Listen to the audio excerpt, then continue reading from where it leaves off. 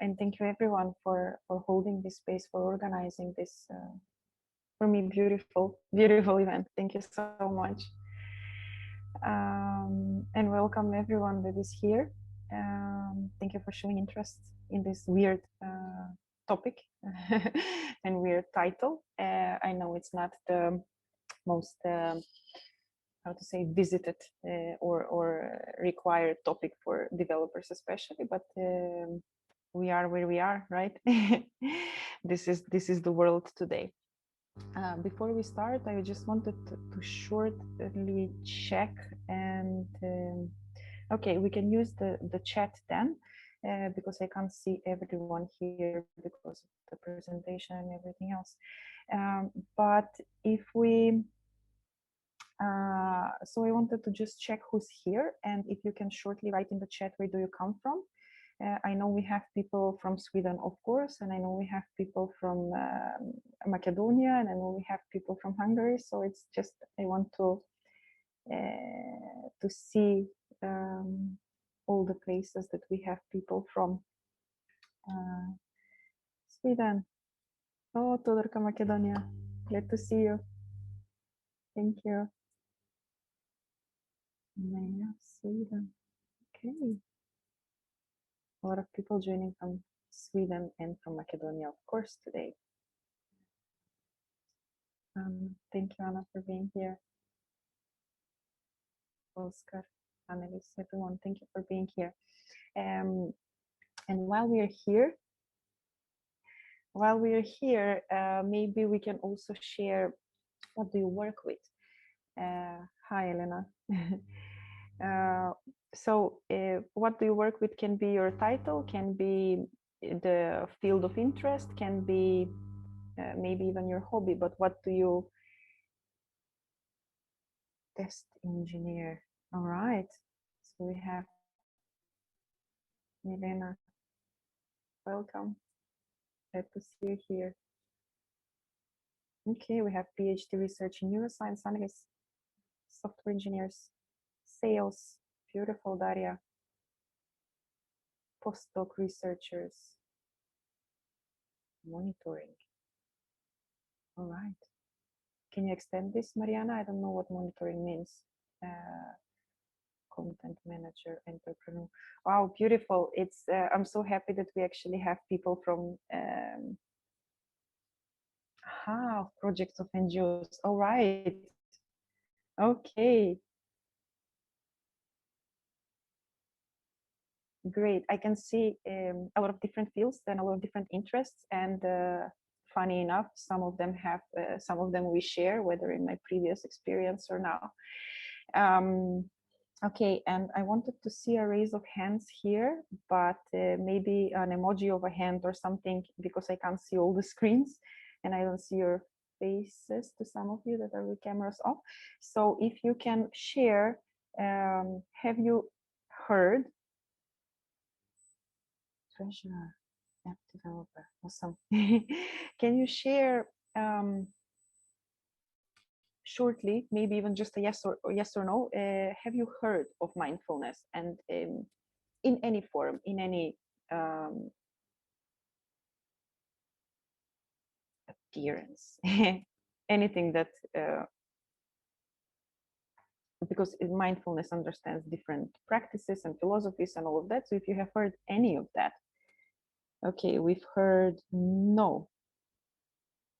There is one no. I'm super glad to hear that. 2 no's, a lot of yeses, but I can see few no's, and I love that. Thank you for sharing that.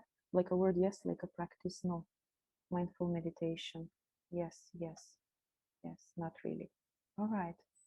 All right, I'm so happy. No, but we're here to learn about it. Great, that's the purpose of this. Thank you so much, Martin T, for sharing this. And sorry if I butchered your name there. Okay, and that was my next question. One person has already answered, whether you have had any practice of mindfulness. So maybe this goes for the ones that have heard about the term, but don't be surprised even if people that haven't heard the term later in the presentation find that they actually have had a practice of mindfulness. All right. Dennis iPhone says yes. Weird name there. Just a little. Yep. Okay. We have a few yeses of just a little bit. So some kind of introduction or maybe a short meeting with mindfulness, but that's beautiful. Most mornings when I'm stuck in traffic. Yes, is the thank you, Mona. That's that's a great opportunity to practice mindfulness. There's nothing else to do when you're stuck in traffic, right? And this is, again, if you want to, and if you have some experience or interest, does anyone want to open their microphone and speak, or just write in the chat if you feel more comfortable? Do you think that there is any connection between mindfulness and work? And if no, can you please extend it? Or if yes, can you please extend that? And I think it will be faster and easier if someone wants to open their microphone and speak.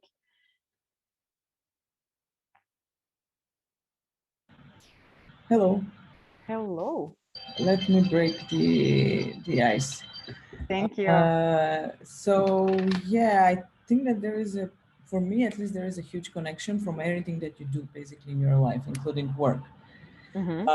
Mindfulness. So we should be, at least in my opinion, mindful about whatever we do on workplace, home, with our own life, with family, friends. So yeah, it's kind of inevitable. Thank you for sharing. All right, my job here is done. We can all now go back to our lunch. Thank you so much and see you next time. No? Okay. Thank you, Milena. Thank you for sharing that. That was beautiful. Yes, mindfulness is a term, is a topic. I have a slide for it somewhere, but I don't know where it is. We'll get to it later. But it's a very wide term. It's a very wide topic. But it has one little, or not, it's not little, it's huge, but it's very simple and it's very straightforward. It's the intention that we have inside the presence, in the present moment, and the intention that we have inside to whatever action we take next is with our complete presence, is with our complete awareness and complete responsibility of what we're going to do next. Maybe it sounds a little fluffy right now. Okay, before we continue, and thank you all for sharing everything here. Thank you for writing in the chat, and especially Milena, thank you for speaking up. If anyone else wants to share, please feel welcome.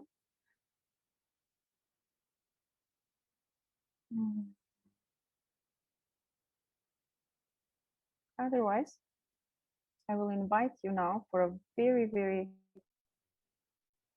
fluffy thing to do.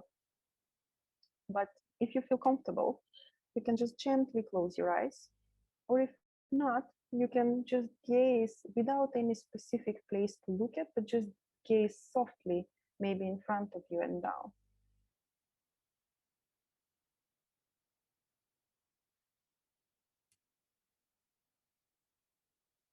When closing the eyes, we'll focus the attention on the breath.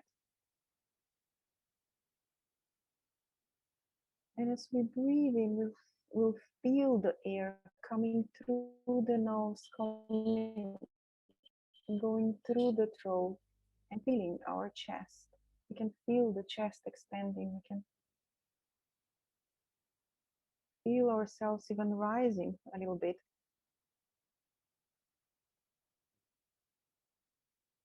And once we focus the attention on the breath, we can notice that it automatically, just by observation, it becomes slower and deeper.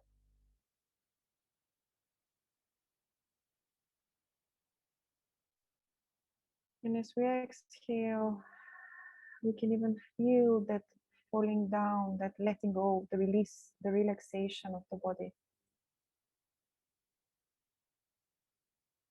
And we breathe in once again together.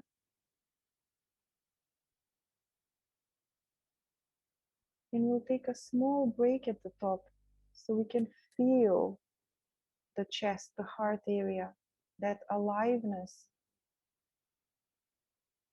that is within us. It can be a vibration or the heartbeat or just a warm and soft place where we feel safe.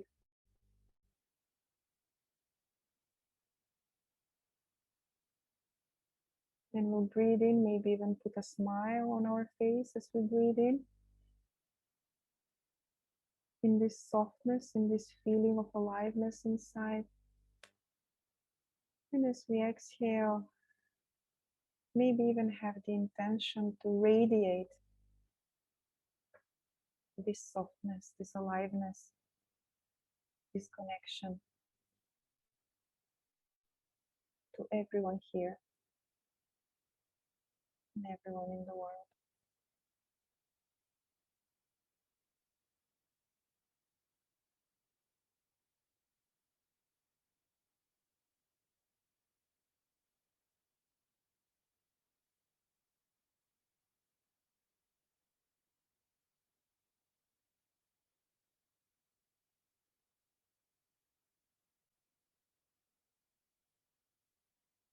When you feel comfortable, gently come back to the breathing.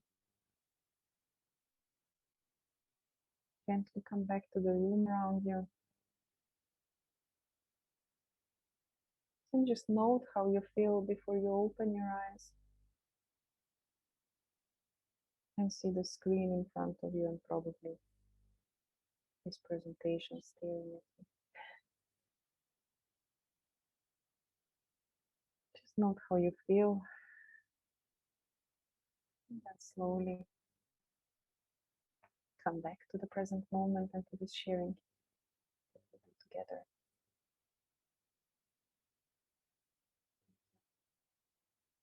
For connecting with yourself and each other. Today, we'll speak about a mindful office. So the title is Mindful Office just because at the time when I first started working on this project, I called it Mindful Office and it just stayed. But it is an initiative to come to a deeper connection, to work within the team in a way that you would work with people you love, with your family, with your friends, with people that you actually want to be connected with. This is what all these words and buzzwords, how we call them, mean. It means that we are there with an intention to create a connection, and with that connection create great results for our team and for our company and for ourselves too.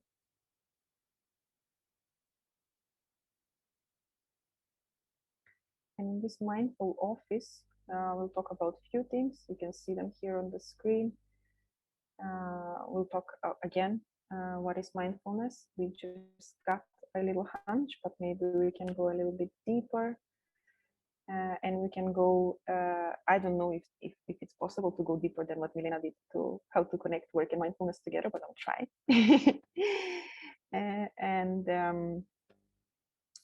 we'll share a few tips and tricks on how to do mindfulness, or we'll share a few ideas of how we can introduce this, because I am sure that by the end of this presentation, by now, but definitely by the end of this presentation, you will know that mindfulness is your mission too. It's just because it's great. Yeah. And to go through this presentation, we need, but by now we got that already, that we need an open mind, trust, connection to the heart, and playfulness. And to be honest, this slide was only put there, and it was at the beginning, so I can tease everyone to see how we react immediately once we feel this, once we see these words, open mind, trust, and we're like, oh, I don't know, this will be something weird, connection to the heart. Oh no, what are you talking about? So this was first here to tease people, but then I realized that so many people showed interest in this thing that they might already also know that these words are super warming and super connecting, and they're not weird or scary at all. And in order for to do this, did I forget to say who I was? um, this is a picture of Ivy, and my name is Ivy. And this Ivy is in this form and in this state because I have no idea who I am, and I cannot answer these questions for you. This question for you, because I have been struggling with this question my whole life. That's what I've been doing my whole life. I've been trying to answer this question. But maybe you can tell me later today after I share my story with you, because it's. I will go through my story so I can bring closer to you why we are doing all this and these events today. I might not know who I am, but I know what my mission is. And my mission at this time, mission and purpose and meaning in life are things that change, things that grow and evolve and develop as we do. Right now, at this moment, I think that I have had so much experience with navigating uncertainty and hardship that I can actually maybe help people and share some of these tools with them. And my other, even bigger mission is to inspire purpose and meaningful action. And starting from those, ever since I was a very, very small child, this has been developing. This mindful office presentation has been developing since the moment I was born, and it is in this state where it is right now. Yeah, and I shared some of this. I have a lifelong interest in introspection and in self-awareness practice. I have lifelong interest in psychology and in neuroscience. Hey, Annalise. I'm lucky to have friends that actually work with this, and I can sometimes use them as my teachers also. And then I developed in the last third of my life an extended yoga and meditation practice, which I think that I owe most of my state right now to. Recently, I've been through a lot of training, most of it coaching training. The one that I really, really found being the greatest tool maybe we can ever learn is nonviolent communication. The other name for that is life-serving communication, because it's not just about not being violent, it's more about being of service and being connected and being present for other people as for oneself. And as of recently, I do coaching in well-being and happiness, since I have also my whole life been working on these things, been looking for and researching and trying out and experiencing different cultures and different methods of well-being and of happiness. Many people suggest many things. Many of those things work. Not everything and not for everyone, of course. But I have been obsessed with it my whole life. And I think I've tried quite a few. Okay. So I have had this interest since forever. And then I went into my grown-up life. And this is where we say developing democracy. For my first 10 years of my grown-up life, even not grown-up life. So I started working with developing democracy when I was 19. I was super idealistic. I was going to change my country first, make it beautiful, and then I was going to change the world. And I was so eager to do all of that. I was so young and I was so full of energy. it was just a beautiful drive to be there, and I stayed in NGO, as someone here mentioned before, working with developing democracy in my country, just to, by the end of it, I mean, we did, now this is going to sound pessimistic, it's not at all like that. We did many things, we achieved many results, but personally what happened with me is coming from that high idealism and from that high expectations that this is going to be perfect and we're going to save the world. I ended up being very disappointed and very exhausted from all that, and I felt like nothing has changed, and I felt like I have wasted a lot of years in achieving almost nothing. um, so that was very hard for me, and then I decided I don't want to do anything with politics anymore. I was done, and then I went into developing software. That is actually, that happened when we moved here in Sweden, and then I retrained myself in software development because that was one of my other passions, the one that they told me that I'm too girl and too pretty for to do when I was young and showed my interest in it. And then when I got older, I realized that those words that hurt me back then were just words, and that I can actually try it, and I did. And I'm super happy I did so, that I got the opportunity to work in the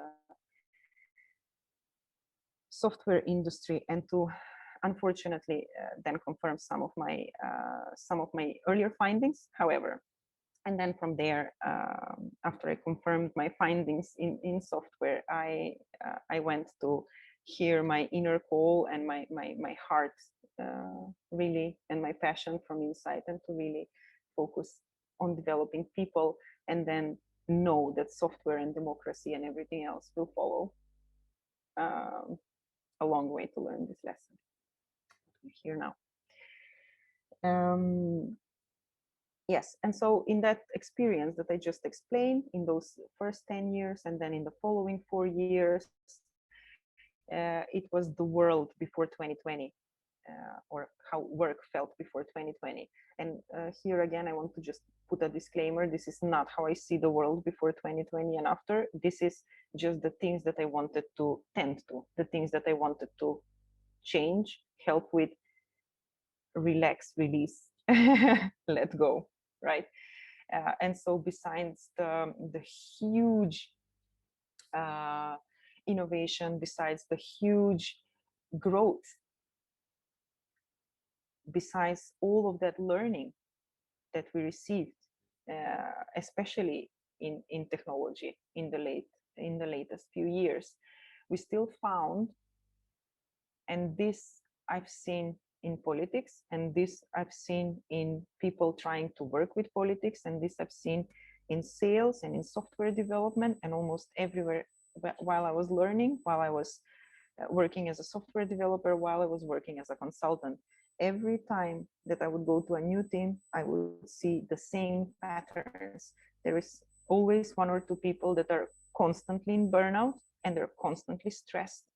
Then you have a lot of unclear and inefficient communication that serves no one, makes people even more burnout and even more, if you excuse me, pissed off. And then I saw a huge lack of meaning and fulfillment. I saw many people going to work at a certain time, doing certain things or looking like they're doing certain things, and then leaving at a certain time without anything really being alive in between, right? I very often in that time I heard work life and personal life and this life and that life, like we can separate our life. Now this is my work life and this is what I do now, and then it's my personal life, because this before was not personal. I was not a person before, I was just part of something. It was weird for me. And this is before 2020 is when I decided that that I'm gonna listen to this call from inside to work with people and try and improve teams and try and improve the work process in a way that will be beneficial for everyone. And then I sat down and wrote my, it's on the next slide, I think, yes, my mindful office theory. But before that, we can just share shortly. Then 2020 happened, as we were already starting our project and working on these projects, and founding a company and inventing the wheel, right? Then 2020 happened, and for us, it was a sign that what we want to do, what we want to help with, um, is the right thing to do. That's how it felt. I'm not saying that is the right in the overall reality. In my reality, that's how it felt. But then I was still then in my consulting job and in my last client, and the reaction that I saw at that moment was just so overwhelming. I could not believe that in all of that happened, in all that individual fear that we all felt when we first saw at the beginning of last year that there might be a pandemic, that there might be things happening, things that we haven't seen or really know much about. And this level of fear individually rose a lot. Everyone got scared. And then I saw how companies reacted to that. And in my company, in my case, it happened in a lot of places. The consultants, of course, were the first ones to go. There were a lot of layoffs. There was a lot of unknown on how to deal with things. And there are companies that are still struggling in how to deal with people working from home and dealing with a lot of burnout still, because this isolation and the fear and the lack of routine and meaning, they just enhanced the previous issues that we had. And then by that time, this mindful office theory was already done. I had invented the greatest invention in the world so far. But why I said that is because that's how it felt to me. And at this point in 2019, it was completely experiential. I knew that my mindfulness and spiritual practice helps me a lot in my work life. It helps tremendously in my family life.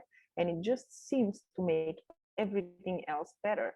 So I thought maybe if we somehow introduce this practice into the workplace, we can save a lot of time, a lot of communication, a lot of effort. We can save it and we can use it for different things. It wasn't welcomed so open with open arms, but however, I'm gonna have to move faster. And so the theory was that with 15 minutes of practice a day, we can save hours, days, and and weeks of work by creating happier individuals, more functional teams, and better business strategies. As I said, as in my personal life, so in the work life, I think that everything just becomes better with a little mindfulness practice. And then when I looked to see if there is any results that I can find on this topic, I realized that I did not invent the wheel, that the wheel was already there and other people were already talking about it and researching it. And one research, you can check them here. I have, these are the names of the people doing the research, but it's saying that they're finding the summary of their research done in 2003 and then confirmed in 2012 was that employees who practice mindfulness, and at this time there is no group mindfulness at work practice, there is individual practices, but they found that people that practice mindfulness reported greater resilience, that they reported better overall well-being, better immune response, and greater job satisfaction. And with what I was seeing at the moment, I thought that this was the answer to everything. And then, of course, there was a comparison, and the compared control groups did not show these same results.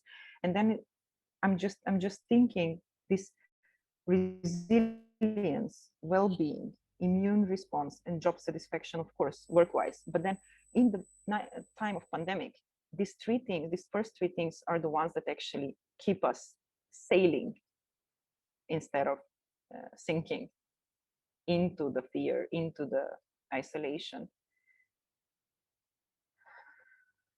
Yes, 30 minutes in, we're coming to the definition. What is mindfulness? It's a lot of words, a lot of words. And of course, some of them are there so we can joke about it because there's auto-generated definitions at this point in time. So you can just, when you do a presentation, and you can ask PowerPoint to give you a definition, and they will. Search inside yourself, I'm going to mention later.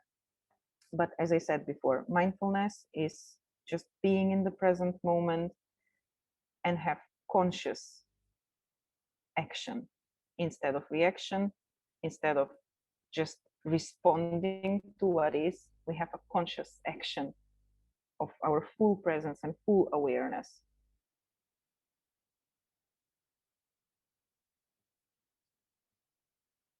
And you can see that these are my words at the end, towards creating a better world for everyone, because why not?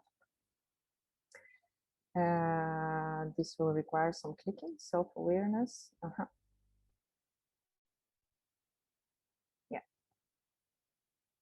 I will click it all the way so we go faster. But the things that we focus on and we practice with mindfulness, with any mindful exercise that we choose to do, is self-awareness, self-regulation. Neuroscientists can help me here, but I know that just having this practice of calming down, of sitting still for a certain amount of time, focusing on the breath or focusing on other things that you can focus on in meditation, and especially in mindfulness meditation, directly, without any wait, without any prolonged results, within 4 to 6 weeks, create physical change in the brain by lowering, making the amygdala. This is the center in the brain that is responsible for fight or flight response. So the ones that gets us immediately ready to like shoot chemistry in our body and like adrenaline and to deal with the situation or to run away of the situation. So we directly work on that part and it becomes smaller and thus less active. And then you've heard of neuroplasticity. There is a literal change in the structure of our brain. It just starts working differently. It just shoots and lights up different areas of the brain that have been inactive or dormant for a long time, or have been connected to parts that they should not have been connected, right? So it's just giving our mind this time to stop and just be for a while. It has tremendous benefits for the brain physically, and then of course for the person emotionally and in every possible way. And then we work on social awareness and empathy, which is, again, it is a side effect from having a mindfulness practice. Motivation, we don't have to teach motivation, because motivation is a side effect of having a mindfulness or meditation practice, or any practice which is in the same direction. And then it works tremendously on the communication and connection between the team members, since we're discussing mindfulness at work. And it teaches, I call it heartful leadership, because for me it is heartful leadership. It can be many other words here, you can choose yours, but it teaches leadership that comes from a place of awareness, of willingness to help, of servitude, that comes from, there is leadership, it is leadership based on trust and intuition, instead of that much doubt and strategy. And I mean, I'm not suggesting that you shouldn't have a strategy. I'm just suggesting that having intuition is also important. Or what I'm suggesting is that connection might sometimes be more important than the strategy that we have put in paper. And so the promise is that an ongoing mindfulness practice results in greater clarity and calm, As mentioned before, it helps to down-regulate the threat response, that's the amygdala part, and to skillfully manage tasks and improve decision-making, because you gave your mind, your brain, the space to relax and to actually have time and be able to go to all these places that we might not use when we come to a decision in a stressed place. And then this is now, I will share some numbers so we know that I'm not just speaking from my own experience and from my own learning. Search Inside Yourself Leadership Institute, I mentioned it before in the definitions. It is an organization that started and was created in Google. I started as a small initiative, and then it became so big that now it's an organization which is equally big as Google, almost. And then together with a partner of theirs, SAP, they conducted a research, and they had 10%, yes, of the SAP employees, so 650 employees that they tested this with. And you know Google, you've heard of them. And SAP is a data-driven organization. So for them, it was very, very important that they measure this, that they know exactly what happens. And what they found is 4 weeks after having a course in mindfulness and in empathy, and then they measured the results again 6 months after that. And what they found is a tremendous increase in well-being, in meaning, engagement, focus. The only thing that they found went down was stress and stress response. And besides that, these are the individual benefits. But then besides that, they found increased employee engagement. They found higher leadership and trust. And they found that people escape work less often when they don't feel the burnout, when they don't feel the stress, when they don't feel the clinch to be at work. They tend to like being at work and spending more time there. And this is in this slide shows their response. So the response of people that practice mindfulness, and this is when in conflict. So they felt increase in their calm when they're in conflict, and they found increase in their empathy for the person that they're in conflict with, and for themselves, of course, by just having this practice. And another slide why this is important. This is the World Economic Forum researching what is the future of work, and for 2022 they say the importance of skills in future jobs, and this has been done in 2020, I think, maybe even before the pandemic went so pandemic. And even then, now I would guess that this would be even more in line with mindfulness practice than there already are here. But there is 10 things here: analytical thinking and innovation, active learning and learning strategies, creativity, design and programming, critical thinking, complex problem solving, leadership and social influence, emotional intelligence, reasoning. All of these are worked on during this mindfulness practice.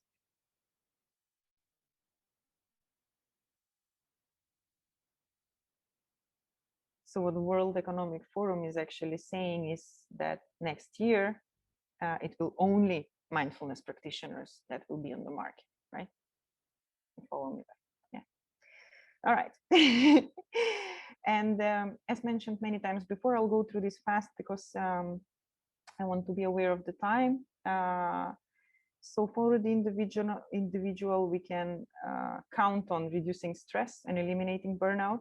We can count on improving the general well-being, productivity, engagement, creativity, innovation, and improvement in character, which is very important, because we all have improvements in knowledge, but we have lack of action, we have lack of change on the behavior level, right?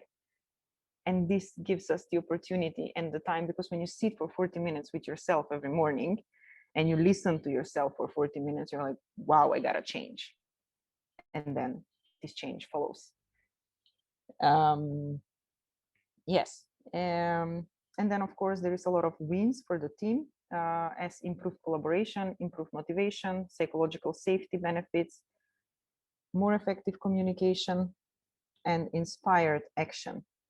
I'll just take shortly. I'm sure that you've all heard about psychological safety. The term was very popular recently, but just I want to go into that because I find it very, very important for today's workplaces. And it is the sense that we can share our feelings, our beliefs, our experiences openly, honestly, with the people that we spend half of our days with. Like, more awakened time we spend with the people at work that we spend with people at home. And if we cannot feel ourselves open, honest, in the longest period of our day, then it becomes very hard to become that later in the day.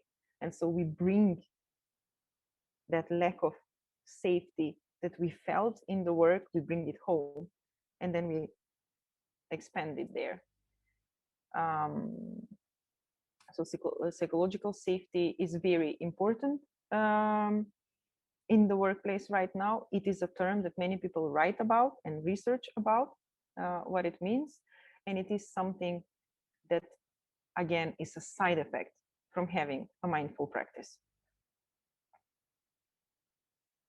And then, of course, there is a lot of wins for the company. There is more employee engagement. As we mentioned before, there is less absence from work. There is more innovation.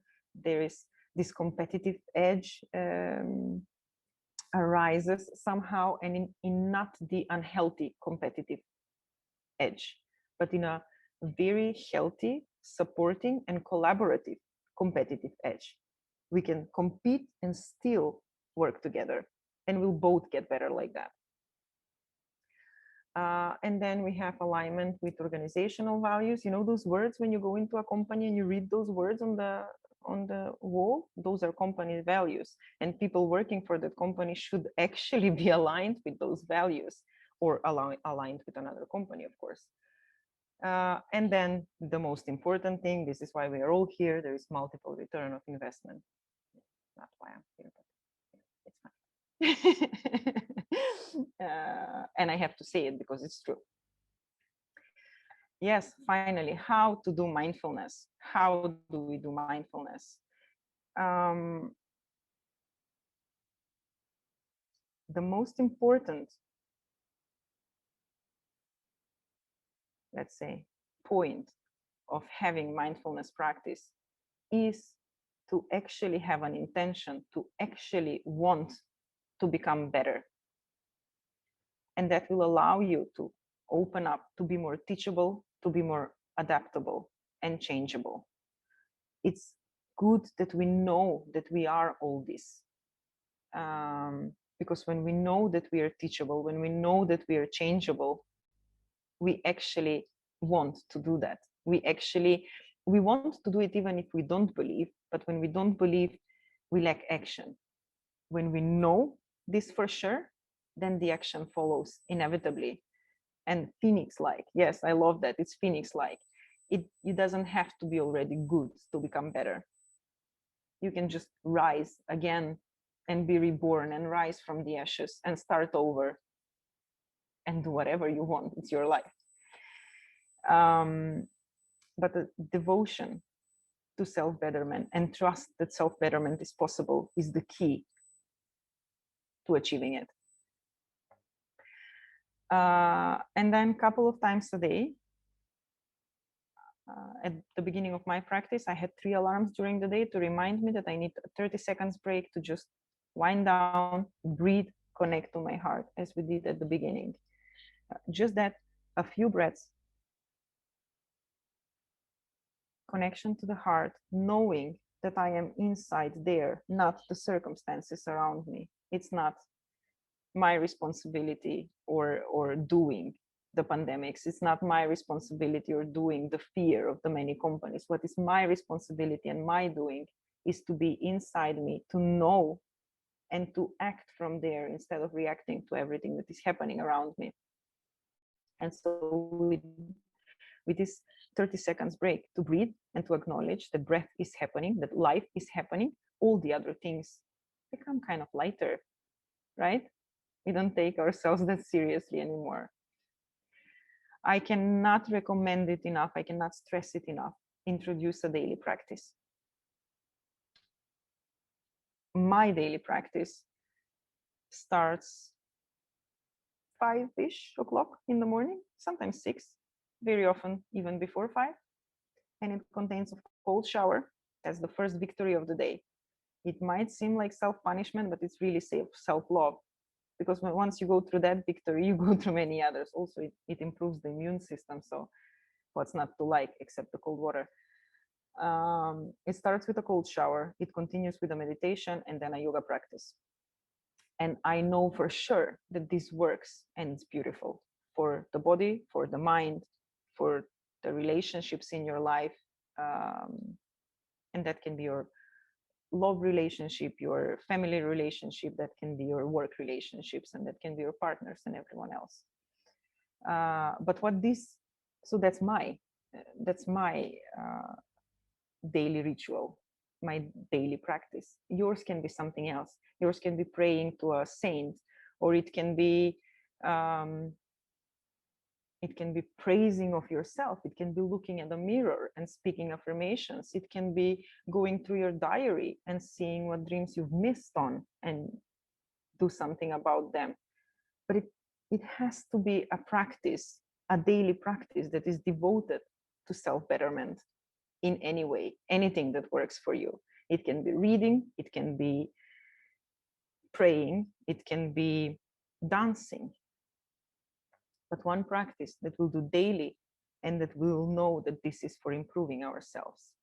And there has to be a physical activity during the day. Again, I suggest practicing yoga, but I also run a few times a week and do other things because I really, really like physical activity.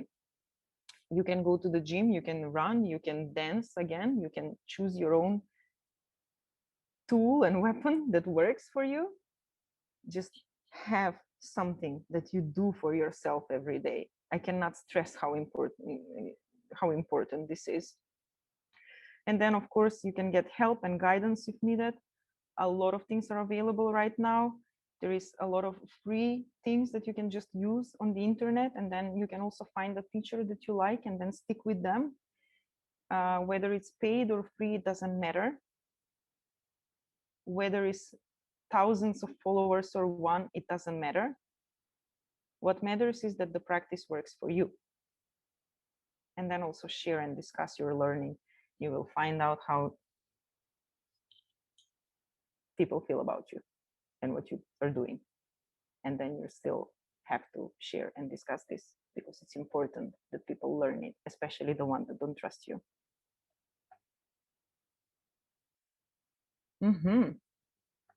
There is an exercise that we could go deeper in. We have 10 minutes left. All right, let's take this faster. One practice that you can start today, except for breathing. The breathing, we decided we're starting today, few times a day. Just stop and breathe and know that you're breathing and that you're alive. It will help tremendously with everything. Even if you don't do anything else, the breathing itself will bring many of the results. But then if you want to become a better being, human being, and if you want to better, different, let's say different. I don't feel comfortable with using the word better. And if you want to change, and if you want to, for example, do something for someone that has done something nice, right? And you can just go and say thank you, or you can just write them a short message and say thank you, but you can also extend it. Extending it will appreciate the person that you're talking to. It will give them a better understanding of your thank you. And it will make them feel nice. So instead of just saying thank you can start with, I want to express my gratitude. And then you can make a observation of what happened. For example, I would say, instead of the thank you that I did not even manage to share before we started this presentation, I will share my thank you to my husband, who is also here in this presentation. Thank you for being here. You being here gives me such a tremendous support, and I really appreciate it. It feels great to be supported and to know that I have this support at any time. Thank you so much. I appreciate you helping me with setting up the presentation in a way where I can see the Zoom and I can see the presentation and I can see my notes and even my jokes and everything. Thank you so much. It took 2 minutes, but my husband seems very happy right now. And I am very happy that I actually took the time to express that. And this is just suggested words, how you can start, so you can start thinking about it. But you can use the words that are in your heart. These are just showers on how you can do this. And also know that the same way that you can extend a thank you, you can extend an apology or even have a tough conversation. Something that troubles you, that bothers you, something that has been done very wrong in your own feeling and opinion. You can express it wholeheartedly, honestly, without covering it up, without trying to hide it. You can honestly and openly express it. But once you express it in this way where it's extended, when it explains, this is the observation, this is what happened, and this is my needs and values that were met in my case in expressing a thank you. In other cases, it will be unmet needs and feelings, and then we'll have to have a tough conversation and we'll tell the other person that our needs and feelings were not met. Or an apology where we have hurt someone else's needs or feelings. We can extend all that and express it honestly, openly, lovingly with the other person.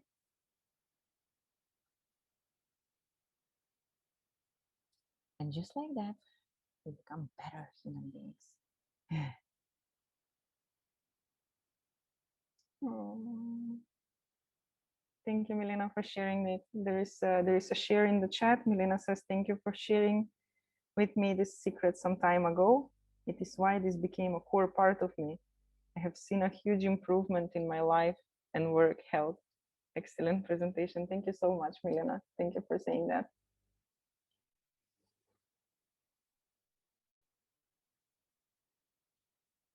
Thank you. So good message. Thank you so much for sharing that. All right. Now we'll go to your team. We have 6 minutes. All right. How to do mindfulness in your team.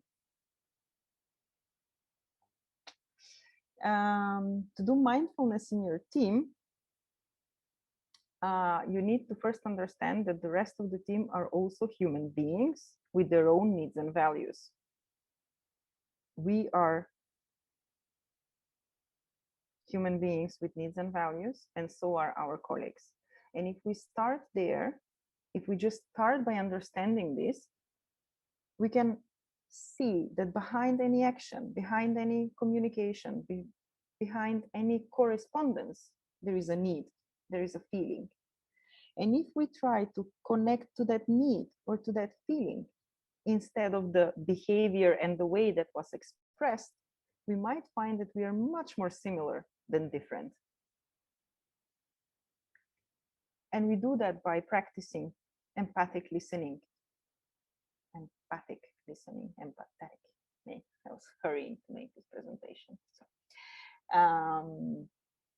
and then there is a few words that I want to mention because they stay.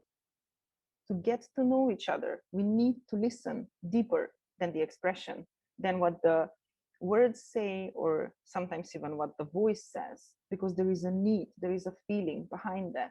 And if we listen for that, we can connect on a much deeper level. Then in that communication, we focus on connection instead of correction. We are not there to change the other person. The other person has their own life to deal with and to change and to live through. We are there for our part. And if our intention is to connect instead of correct, we'll have more patience and will to listen through what the other person is saying. And there is another one that I really love, and this is from my non-violent or it's heartful communication course. I really love that, and I'm still into it. I'm doing iterating because it's so rich and it's so beautiful. It says, get curious instead of furious. When you get attacked by someone, or you feel attacked, sorry, you feel attacked, you don't get attacked. Very rarely we do get attacked. Most of the time we just feel attacked. Get curious. Why is this so? Why these words? And also, why does it hurt? Instead of immediately responding with the same energy back. We are magical beings. I had to do one magic word, sorry. So we're these magical beings that we can alchemize energy. We can take the energy from the other and we can change it, we can transmute it and send it out as different energy. We have that power within us. It's up to us to use it or not. And then, of course, you can get mindfulness and or nonviolent communication training for the team. That will be beautiful. It will do tremendous things, as we saw before.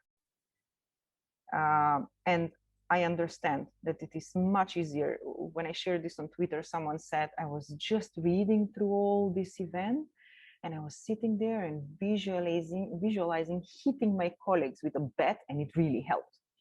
So I do understand that it is easier said than done. And it is easier when the other ones in the team are practicing too. But as we said, mindfulness is not just the authenticity and the connection, it's also the responsibility that we have for ourselves. We do not have responsibility for the others. We have wish to connect, we have willingness to serve, but the responsibility is ours only for ourselves. How we can do this? We can improve the connection in the team. Thank you so much. Thank you.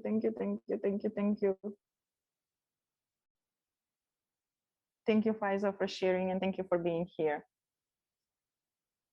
Yes, this will be shared. The video will be shared later by Developers Bay, I believe, and also the presentation will be shared, so you're not missing anything. Thank you so much for being here. Deep check-in. Before you start daily stand-up, the programmers and the testers will understand me. The rest, if you don't have daily check-in in your work, then introduce one. And it doesn't have to be daily check-in, it can be a weekly check-in. But it's a place where instead of only discussing our tasks and what we've done and what we're going to do, discuss also, share the feeling that is alive in you right now. Because if I say my child had a high fever last night and I haven't slept at all, you're probably not going to expect too much from me today, right? It helps.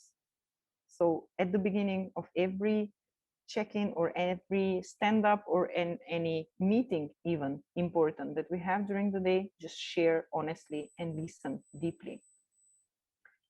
How to lead mindfully? Lead by example. All of this say lead by example. What is important here is to be willing to be changed by every connection that you make throughout the day. Every time. that you speak to someone, be willing to be changed by that conversation. Allow sessions, space for trust and for empowerment for the colleagues. And that is best done through mingle and feedback sessions. Please reach out to me after this. I'm so sorry that I didn't manage to go to this deeper. Please reach out if you're interested on how to do this. I will take the time to share it with you. But it is mainly to allow for people to express and then also practice extended and deep feedback towards our colleagues. Thank you, David. Thank you. And yes, that is it. Thank you so much for being here with us. This is the offer. This is what I offer as services, as what we as Moonwise offer as services. But you can see them on our website, so we can skip through this and we can go straight here. Please, if you need to reach out, do so. You can find me on social media as ivy.moonwise, or you can write me an email at ivy@moonwise, or you can scan this and you will this QR code and you will go to our website and it's going to lead you to my about me page. So we'll read even more about me, because this is all about me today, about my story and my experience, and then you can still go and read more about me. So I would really like to open up for some questions, and I'm so sorry that I didn't leave more space for this. I completely understand if you need to go, and I will stay here for a while longer if you want to ask me something.